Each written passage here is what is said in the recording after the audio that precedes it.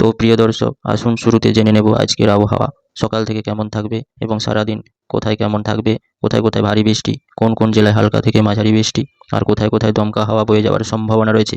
স্যাটেলাইটের মাধ্যমে আমরা দেখতে পাচ্ছি বঙ্গোপসাগরে নতুন করে ঘূর্ণাবর্ত সৃষ্টির জন্য পরিস্থিতি তৈরি হয়েছে। তবে এই পরিস্থিতি আগামী দিনে কতটা প্রভাব ফেলতে পারে তার আগামী আপডেট জানিয়ে দেওয়া হবে। তবে আজকে সারাদিন পশ্চিমবঙ্গের কলকাতা সহ বাংলাদেশের উপকূলবর্তী জেলা এবং কলকাতার পার্শ্ববর্তী জেলা উত্তর চব্বিশ পরগনা, দক্ষিণ চব্বিশ পরগনা, হাওড়া, হুগলি এইসব জেলাগুলোতে দেখতে পাচ্ছি স্যাটেলাইটের মাধ্যমে উত্তরের কনকনে শীতল বাতাস ক্রমশ প্রবেশ করছে, যার প্রভাবে জাঁকিয়ে ঠান্ডা পড়ার সতর্কবার্তা রয়েছে।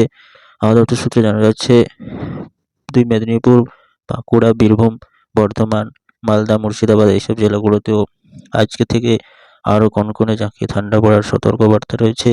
এছাড়া উত্তর দিনাজপুর, দক্ষিণ দিনাজপুর, এছাড়া আমরা চলে আসছি উত্তরবঙ্গের বিভিন্ন জেলা যেমন দার্জিলিং, কালিম্পং, আর কোচবিহার, জলপাইগুড়ি এইসব জেলাগুলোতেও আজকে থেকে আরও কনকনে ঠান্ডা পড়ার সতর্কবার্তা রয়েছে। দার্জিলিং, কালিম্পংয়ে বরফ পড়াতে শুরু করেছে, তুষারপাত হওয়ার সতর্কবার্তাও রয়েছে আবহাওয়া দপ্তর সূত্রে।